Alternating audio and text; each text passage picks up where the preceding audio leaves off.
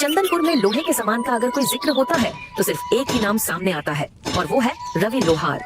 वो बहुत ही अच्छे से लोहे से चीज बनाता था, जैसे चाकू, तलवार, कील, कुल्हाड़। उसके जैसा कोई भी नहीं बना सकता था। उसकी बनाई गई तलवार का मुकाबला कोई नहीं कर सकता था। ऐसा कहा जाता था कि अगर कोई राजा रवि लोहार की बनाई हुई तलवार को जंग में ले जाता तो वह जरूर विजय प्राप्त करता। सीता, आज गांव के बाजार का दिन है। गांव के सारे लोग आज बाजार खरीदारी करने आएंगे, इसलिए मैं सारे सामानों को लेकर बाजार जा रहा हूँ। मुझे आज लगता है काफी मुनाफा होगा। तुम अपना और पिंकू का ध्यान रखना। पिंकू के बापू, घर में आप कुछ भी खाने का सामान नहीं है। अरे तुम चिंता मत करो सीता, मैं आज कुछ भी करके घर का सारा राशन ले आऊंगा। लेकिन कैसे? आपको तो इतने दिनों में एक भी ग्राहक नहीं मिला है। अरे हाँ भाग्यवान, कह तो तुम सही रही हो, लेकिन मैं कोशिश के अलावा और कर भी क्या सकता हूँ। आप यह लोहारी का काम छोड़कर कोई दूसरा काम क्यों नहीं करते हो? मैं इसी काम में माहिर हूँ सीता, इसलिए मैं यही काम कर सकता हूँ। जी वो बात तो है, लेकिन इस काम में आप इतनी मेहनत करते हैं, बदले में आपको मिलता ही क्या है? मेहनत कभी जाया नहीं जाती सीता, मुझे यकीन है एक ना एक दिन मुझे मेरी मेहनत का फल जरूर मिलेगा। ये कहकर रवि लोहार अपने काम पर चला जाता है। सुबह से शाम होने को आई है, लेकिन अभी तक एक भी ग्राहक नहीं आया जिसकी तलवार बनाकर मैं पैसे कमा सकूं। अब मैं घर का राशन कैसे लेकर जाऊंगा? रवि बाजार में बैठा यही सोच रहा होता है कि तभी उसका साथी विष्णु लोहार आता है और कहता है, अरे रवि, तुम यहाँ इस तरह से क्यों बैठे हो भाई? क्या तुम्हारे पास कोई काम नहीं है? नहीं विष्णु, इस समय ना मेरे पास कोई काम है और ना ही कोई ग्राहक। ऐसे कैसे हो सकता है? तुम तो इतने होनहार लोहार हो, फिर भी तुम्हारे पास ग्राहक नहीं है। यह तो बड़े शर्म की बात है। भाई, यह तो सब समय समय की बात है। हो सकता है कि मेरा समय अभी नहीं आया हो। हाँ, सही बात है। खैर, मैंने तुम्हें यहाँ बैठे हुए देखा तो मैं तुमसे बात करने चला आया। वैसे मेरे पास तो बहुत काम है, इसलिए मैं चलता हूँ। विष्णु रवि का मजाक उड़ाकर वहाँ से चला जाता है, जबकि रवि चुपचाप वहीं बैठा रहता है कि तभी वहाँ एक आदमी आता है। सुनो भाई, यहाँ पास कोई रवि नाम का लोहार रखता है क्या?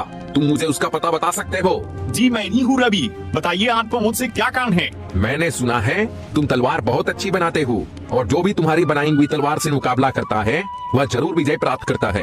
जी यह सच है कि मैं तलवार बनाता हूँ, लेकिन जीत और हार तो सिर्फ ईश्वर के हाथ में होती है। बात तो तुम्हारी बिल्कुल सही है। खैर जो भी है, तुम मुझे एक अच्छी सी तलवार बना कर दे दो। ठीक है, लेकिन आप है कौन? मैं पड़ोसी राज्य का राजा वीरभद्र हूँ।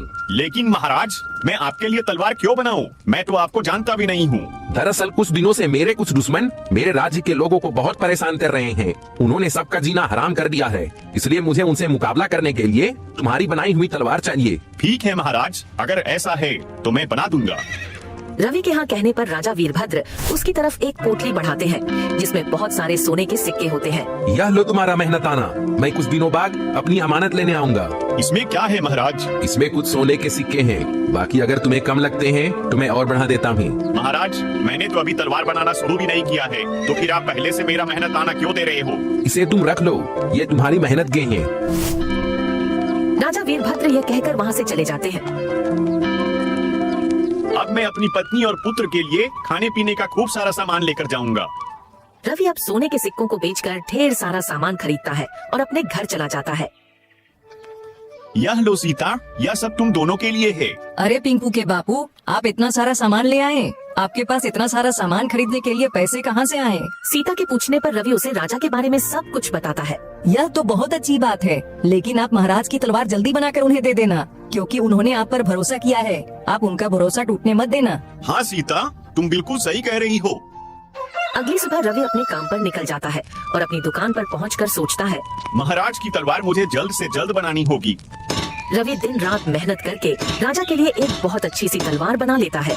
मैंने इस तलवार को तो बना लिया है, लेकिन अब पता नहीं महाराज इसे लेने कब आएंगे। अभी रवि यह सोच ही रहा होता है कि तभी अचानक उसके पास किशोर नाम का एक ग्राहक आता है। क्या तुम लोहार रवि हो? हाँ, मैं ही रवि हूँ। मुझे तुमसे एक तलवार चाहिए। क्या तुम अभी मुझे कोई अच्छी सी तलवार दे सकते हो? माफ करना भाई, इस समय मेरे पास एक भी तलवार मौजूद नहीं है और नई तलवार बनाने में मुझे समय लगेगा। अगर आप इंतजार कर सकते हैं तो कर लीजिए, मैं आपको कुछ समय में तलवार बनाकर दे दूंगा। अभी रवि ग्राहक से यह कह ही रहा होता है कि तभी ग्राहक की नजर उस तलवार पर पड़ती है जो रवि ने राजा के लिए बनाई थी। रवि, तुम्हारे पास यह तलवार मौजूद तो है, या तुम मुझे दे दो, बदले में तुम इसके दोगुने पैसे ले लेना। नहीं भाई, यह तलवार मैं आपको नहीं दे सकता, यह किसी की अमानत है। भाई मैं कहता हूँ तुम इसकी जितनी चाहे उतनी रकम ले लेना, लेकिन यह तलवार मुझे दे दो। भाई अगर आप मुझे इस तलवार के बदले खजाना भी देंगे तब भी मैं यह आपको नहीं दूंगा। ठीक है, रखो अपनी तलवार अपने पास, मुझे नहीं चाहिए, मैं जा रहा हूँ यहाँ से। किशोर ग्राहक गुस्से में वहाँ से चला जाता है। फिर कुछ दिन ऐसे ही गुजर जाते हैं, लेकिन राजा वीरभद्र अपनी तलवार लेने नहीं आते। लेकिन रवि के पास बहुत से ग्राहक आते जो रवि से वह तलवार मांगते, मगर रवि किसी को भी उसे नहीं देता। पता नहीं राजा वीरभद्र कब आएंगे, मैं आखिर कब तक उनकी अमानत संभाल कर रखूंगा। अभी रवि अपने मन में सोच ही रहा था कि तभी अचानक किशोर ग्राहक वहाँ फिर आता है। रवि भाई, इस तलवार को बनाए हुए तुम्हें कितना समय हो चुका है? इसका मालिक तो अब तक नहीं आया और मुझे नहीं लगता कि अब वो आएगा। लेकिन भाई यह बात आप इतने यकीन से कैसे कह सकते हो? देखो रवि, अगर इस तलवार के मालिक को आना होता तो कब का आकर इसे ले जाता, लेकिन वह नहीं आया, इसलिए तुम इस तलवार को मुझे दे दो। कुछ भी हो जाए मैं यह तलवार आपको नहीं दूंगा, आप यहाँ से जा सकते हैं। किशोर ग्राहक फिर से गुस्से में वहाँ से चला जाता है।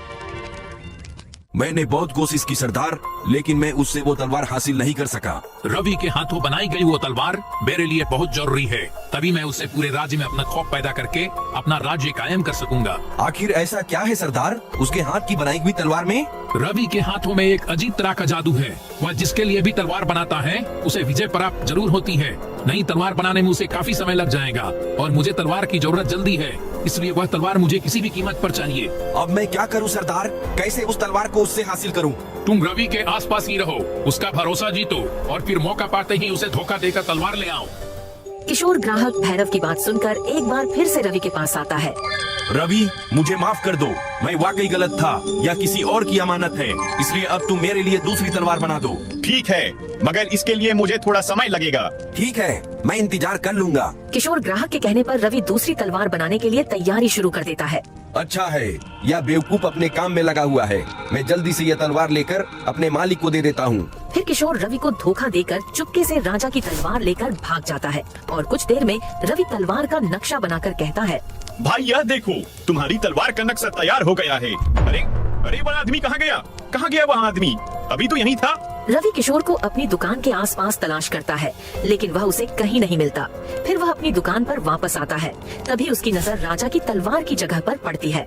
हे भगवान, इसका मतलब वह ग्राहक नहीं चोर था, मुझे धोखा देकर भाग गया। हे भगवान, अब मैं क्या करूं? क्या जवाब दूंगा राजा वीरभद्र को? मुझसे इतनी बड़ी गलती कैसे हो गई?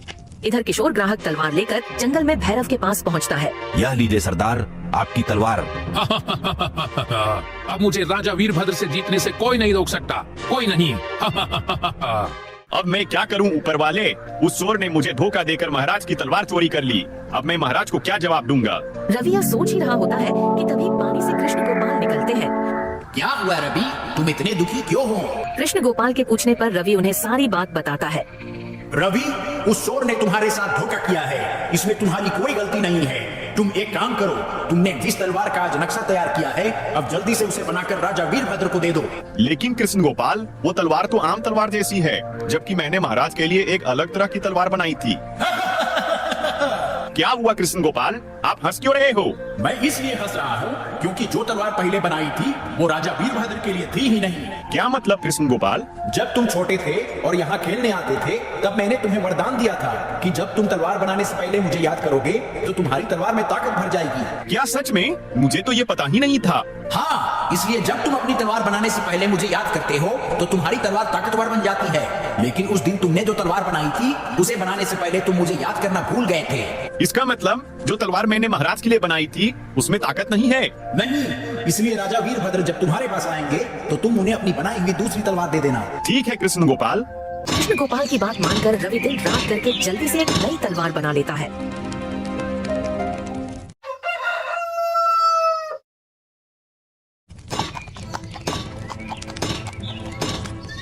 रवि, क्या मेरी तलवार बन गई है? जी महाराज, यह लीजिए आपकी तलवार। तुम्हारा बहुत बहुत धन्यवाद रवि। इसमें धन्यवाद की कोई बात नहीं है महाराज, दूसरों के लिए तलवार बनाना तो मेरा काम है। महाराज, अगर मैं भी आपके साथ आपके दुश्मन के मुकाबले को देखने चलूं, तो क्या आप मुझे ले चलेंगे? हाँ, क्यों नहीं, कल के मुकाबले में तुम भी मेरे साथ चलना। अगले दिन राजा वीरभद्र रवि को भी अपने साथ मुकाबले में ले जाते हैं। फिर एक मैदान में राजा वीरभद्र और उनके दुश्मन भैरव की जंग शुरू हो जाती है।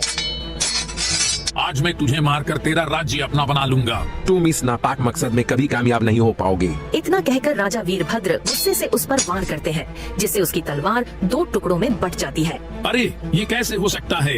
यह तो जादुई तलवार थी, यह टूट कैसे गई? तूने रवि से धोखे से यह तलवार हासिल की थी, इसलिए देख तेरा यही अंजाम होगा। इतना कहकर राजा वीरभद्र उस भैरव को मार देते हैं और मुकाबला वहीं खत्म हो जाता है। महाराज, आपको कैसे पता चला कि दुश्मन भैरव ने मुझसे धोखे से तलवार हासिल की थी? उस दिन मैंने तुम्हारी और श्री कृष्ण गोपाल की सारी बातें सुन ली थी। फिर मैंने तुम्हें धोखा देने वाले उस किशोर को सबक सिखाया और आज इस दुष्ट की जान ले ली, ताकि यह किसी और को धोखा या नुकसान ना पहुंचा सके।